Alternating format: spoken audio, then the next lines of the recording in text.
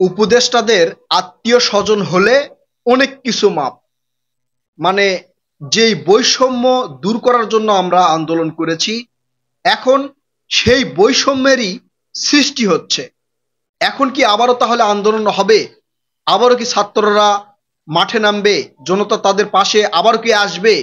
কারণ আগে যে বৈষম্য ছিল, এখনো সেই বৈষম্যই তো আমরা দেখছি। তাহলে আমাদের লাভটা কোথায় হলো? প্রিয় দর্শক, সর্বশেষ যেই ঘটনা ঘটল, নুসরাত ফারিয়াকে গ্রেপ্তার করা হয়েছে। নুসরাত ফারিয়ার অপরাধ ছিল মুজিবুর নামের যে সিনেমা করা হয়েছে, সেই সিনেমাতে তিনি অভিনয় করেছেন। এই অপরাধে তাকে গ্রেপ্তার করা হয়েছে। তাকে হত্যা চেষ্টা মামলা রয়েছে তার নামে, এই কারণে তাকে গ্রেপ্তার করা হয়েছে। গ্রেপ্তার করা হলো কোথায় থেকে? এয়ারপোর্ট থেকে। তিনি দেশের বাইরে যাচ্ছিলেন, ব্যাংককে যাচ্ছিলেন, সেখান থেকে তাকে গ্রেপ্তার করা হলো। সেই সিনেমায় কি শুধু নুসরাত ফারিয়া একাই অভিনয় করেছে, নাকি এর সাথে আরো অনেকেই ছিল?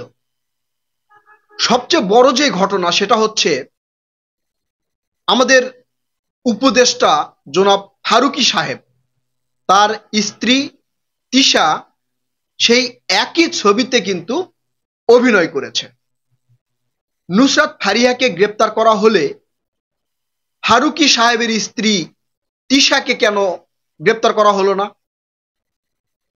এটা কি বৈষম্য নয়? এই বৈষম্যের প্রতিবাদ কি আবারও হবে? হবে বলে আমার মনে হচ্ছে না।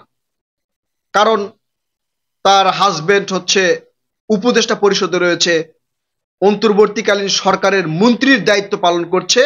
এই জন্য তাকে গ্রেপ্তার করার সাহস সরকার খুব একটা দেখাবে বলে আমার মনে হয় না। এখন বেশ কিছু ঘটনা আমাদের সামনে কিন্তু ঘটে যাচ্ছে। সর্বশেষ যে ঘটনা ঘটেছে সেটা হচ্ছে সাবেক রাষ্ট্রপতি আব্দুল হামিদ খান, মানে আব্দুল হামিদ সাহেব বাংলাদেশ থেকে চলে গিয়েছে। অনেকেই বলছেন পালিয়ে গিয়েছে, কিন্তু আমি পালিয়ে যাওয়ার কথা বলবো না, আমি বলবো তিনি বীর দর্পে সম্মানের সহিত বাংলাদেশ থেকে বিদেশে গিয়েছে। কারণ পালিয়ে যদি যেতে হয় তাহলে অবশ্যই ছদ্মবেশ ধারণ করে যেতে হবে, কোনো বর্ডারের মাধ্যমে যেতে হবে। আব্দুল হামিদ কিন্তু সেভাবে যায় নাই। আব্দুল হামিদ গিয়েছে নিজের বাসা থেকে, গাড়ি থেকে গিয়েছে এয়ারপোর্টে। সেখানে এয়ারপোর্টের যত কার্যক্রম রয়েছে সিভিল অ্যাভিয়েশনে, সেগুলো সম্পূর্ণভাবে কমপ্লিট করে বিমানে উঠে তিনি চলে গিয়েছেন ব্যাংককে।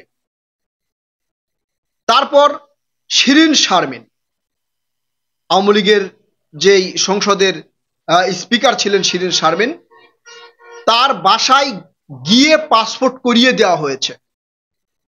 সেই পাসপোর্ট নিয়ে তিনি মহা আনন্দে বাংলাদেশ থেকে চলে গেলেন। এগুলোর কোনো রকম কোনো প্রতিবাদ নাই, আইনে কোনো ব্যবস্থা নাই। নুসরাত ফারিয়া এয়ারপোর্টে গেলেন, সেই এয়ারপোর্টের সিসিটিভি কোথায় কি হয়েছে, কিভাবে গ্রেপ্তার করা হয়েছে, সিসি ফুটেজ একবারে মিডিয়ায় স্পষ্টভাবে চলে আসলো। আব্দুল হামিদের সিসি ফুটেজ কই? সিসিটিভি ফুটেজটা আব্দুল হামিদের কই? কে তার সাথে ছিল? কে তাকে ইমিগ্রেশন পার করে দিল? কে তাকে সহযোগিতা করলো? কিভাবে বিমানে চড়লো? সিসিটিভি ফুটেজ কি থাকার কথা নয়?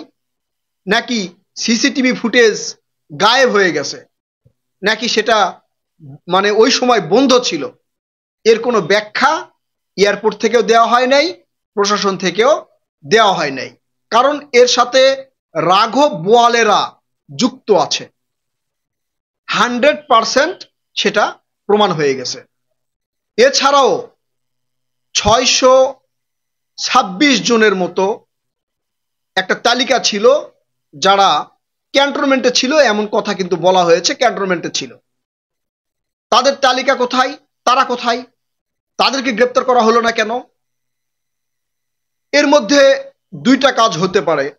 এক হচ্ছে উপদেষ্টা বা সরকারের আত্মীয় স্বজন যারা ছিল তাদেরকে হয়তো মহা আয়েসে পার করে দেওয়া হয়েছে, অথবা যাদের কাছ থেকে টাকা পয়সা নেওয়া হয়েছে তাদেরকে বাংলাদেশ থেকে সযত্নে ভিআইপি ভাবে পার করে দেওয়া হয়েছে। আবার যাদেরকে গ্রেপ্তার করা হয়েছে তাদেরকে জামিনও দেওয়া হয়েছে। অনেকেই বলছেন এগুলো টাকার খেলা, মানে টাকার বিনিময়ে পার হয়ে যাচ্ছে, উপদেষ্টাদের আত্মীয় স্বজন হলে সেটা পার হয়ে যাচ্ছে। আবার বিভিন্ন জায়গায় যে নিয়োগ হচ্ছে তাতেও বাণিজ্য চলছে, এমন অভিযোগ কিন্তু অনেকেই করছে এবং তার সত্যতাও সামনে আসছে। এখন প্রশ্ন হলো তাহলে তফাৎ কোথায়? একই মামলায় আপনি একজনকে গ্রেপ্তার করবেন, আরেকজনকে বুক ফুলিয়ে ঘুরতে দিবেন, এই বৈষম্য কেন? এই বৈষম্যের জন্যই কি 2000 ছাত্র জনতা জীবন দিয়েছে? 25 থেকে 30 হাজার ছাত্র জনতা অঙ্গ হারিয়েছে এই বৈষম্যের জন্য? তাহলে কি সেই কথার প্রতিফলন ঘটছে যে যে লঙ্কায় যায় সেই রাবণ হয়? হাসনাত আব্দুল্লাহ একটা কথা বলেছে যে এই সরকারও সেই স্বৈরাচারী স্টাইলেই কাজ করছে। এটা অনেকাংশেই প্রমাণ হয়েছে। তাহলে কি হাসনাত আব্দুল্লাহরা আবারও মাঠে নামবে, আবারও জনতাকে ডাক দিবে এই সরকারের পতন ঘটানোর জন্য? সেটার সম্ভাবনা খুবই কম। একই সাথে বিভিন্ন ধরনের ইস্যু তৈরি করা হচ্ছে, যে ইস্যুর কারণে এই সরকারের যে ব্যর্থতা, এই ব্যর্থতাকে ঢেকে দেওয়ার চেষ্টা করা হচ্ছে। এই সরকার মানবিক করিডোর নিয়ে সমস্যায় আছে, সংস্কার নিয়ে সমস্যায় আছে, নির্বাচন কবে দিবে তার ফিক্সড কোনো ডেট নাই, ইশরাককে মেয়র হতে দেওয়া যাবে না। মানে এই সকল ইস্যুগুলো ঢেকে রাখতে এখন যারা পপুলার সেলিব্রিটি, যেমন নায়ক নায়িকা যারা আছে, এদেরকে গ্রেপ্তারের একটা নাটক সাজানো হচ্ছে। এই সরকারের ন্যায্যতা তখন প্রমাণ হতো যখন একই মামলার সব আসামিকেই গ্রেপ্তার করা হতো। উপদেষ্টার স্ত্রী বলে তাকে গ্রেপ্তার করা হবে না, নুসরাত ফারিয়াকে গ্রেপ্তার করা হবে কারণ তার উপদেষ্টা পদে কেউ নেই, অথবা সরকারের সাথে কেউ নেই, অথবা তার যেই একটা টাকার চাহিদা কোথাও যদি চেয়ে থাকেন সেটা হয়তো তিনি দিতে পারবেন না। যদি বিচার করা হয় তাহলে সবারই করা হোক, আর যদি ছেড়ে দেওয়া হয় তাহলে সবাই যেভাবে বুক ফুলিয়ে ঘুরছে, মানে যারা অপরাধী এদের অনেকে যারা বুক ফুলিয়ে ঘুরছে তারাও ঘুরবে। বৈষম্য কেন করা হচ্ছে? আসলে এই সরকারের যে পরিস্থিতি এখন সৃষ্টি হয়েছে, এই সরকার একটা নাবালক সরকার হিসাবে পরিচিতি পেয়েছে।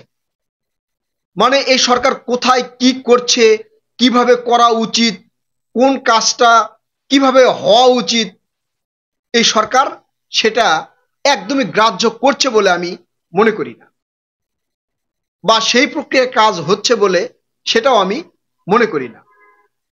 এই সরকারের যেটা করা দরকার সেইটা না করে, মানে এ নিয়ে বিনিয়ে এদিক ওদিক দিয়ে কিভাবে একটা মানে আলাদা একটা গ্যাঞ্জাম তৈরি হচ্ছে আমার মনে হয়। সরকারের প্রধান কাজ কি ছিল? দ্রুত সংস্কার করে নির্বাচন দেওয়া, যত দ্রুত সম্ভব সংস্কার করে নির্বাচন দেওয়া, এবং বিচারের দৃশ্যমান প্রক্রিয়া জনসম্মুখে দেখানো। এই দুইটা প্রধান কাজের একটাও কি হয়েছে? একটাও হয় নাই। সংস্কার নামে আজ বৈঠক, কাল বৈঠক, উই এটা মানছে, উই এটা মানছে না, উই এটা করছে, উই এটা করছে না, মানে এইরকম সমস্যার মধ্যে পড়ে আছে এখন দেশ। দেশের অর্থনীতির যা হাল সেটা মানে যদি প্রকাশ্যে আসে তাহলে কি হবে একমাত্র আল্লাহই জানে। বৈদেশিক ঋণ নেওয়ার জন্য সরকার এক প্রকার মরিয়া হয়ে আছে, এমন সংবাদ কিন্তু আমরা দেখলাম। প্রিয় দর্শক, এই যে সরকারের বড় বড় ইস্যুকে ঢেকে রাখতে বা নিজের ব্যর্থতাকে ঢেকে রাখতে যে এই ধরনের নাটক বা ইস্যু সাজানো হচ্ছে, এটা সাধারণ জনগণ কিভাবে নিচ্ছে, আপনারা কিভাবে দেখছেন? আপনারা আপনাদের মূল্যবান মতামত অবশ্যই কমেন্ট করে জানাবেন। পরবর্তী ভিডিওতে কথা হবে আবারও ইনশাল্লাহ। ততক্ষণ পর্যন্ত ভালো থাকবেন। আল্লাহ হাফেজ।